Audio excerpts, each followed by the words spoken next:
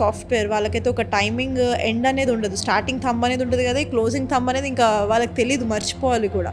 అలానే night shift చేస్తున్న వాళ్ళు ఉంటారు. మరి వీళ్ళకి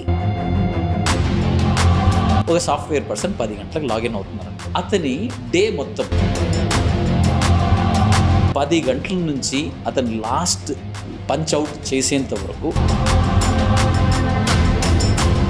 సో 5 o'clockకి లేచిన తర్వాత మన మైండ్ క్లియర్గా ఉంటుంది, డే లాంగిటివిటీ ఉంటుంది అని అంటున్నారు. దీనివల్ల మనకి ఏం యూజెస్ ఉంటాయి?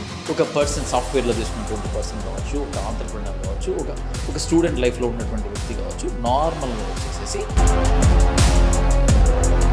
ఒక 7 o'clock లేచేటువంటి వ్యక్తి 5కి డే స్టార్ట్ చేశాడు.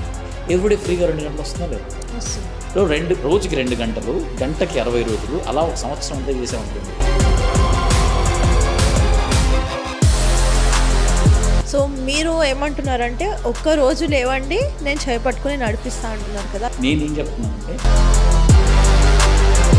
సో మీ ట్రావెల్ జర్నీలో 1-2 సక్సెస్ స్టోరీస్ ఏమైనా చెప్తారా? చిన్న పల్లెటూరులో ఒక నెల్లూరు దగ్గర వచ్చేసి బాలాయపల్లి అనేటువంటి ఒక ఊరు.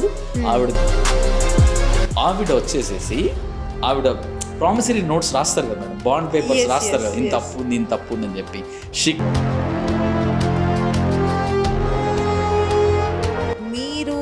మీకున్న ఎక్స్పీరియన్స్లో ఒక మనిషికి డైలీ ఎలాంటి ప్రాబ్లమ్స్ ఫేస్ చేస్తూ ఉంటారు, సో మీ దగ్గర ఆ ప్రాబ్లమ్స్కి ఎలాంటి క్యూర్ ఉంది అంటారు? సే ఫర్ ఎగ్జాంపుల్, ఇది నా లైఫ్లో జరిగినటువంటి ఒక రియల్ ఇన్సిడెంట్. అలాంటి వాళ్ళు చాలామంది కన్సిస్టెన్సీ అనేది మాలో చాలా తక్కువ. This generation people don't have that patience or consistency, డెస్పరేట్గా ఉండడం, ఇవన్నీ కూడా మా generation and next gen Z generation చూసుకుంటే ఈరోజు ఒక్కరోజు అలా ప్రతిరోజు అనుకోవచ్చు. సో అప్పుడు ఏంటంటే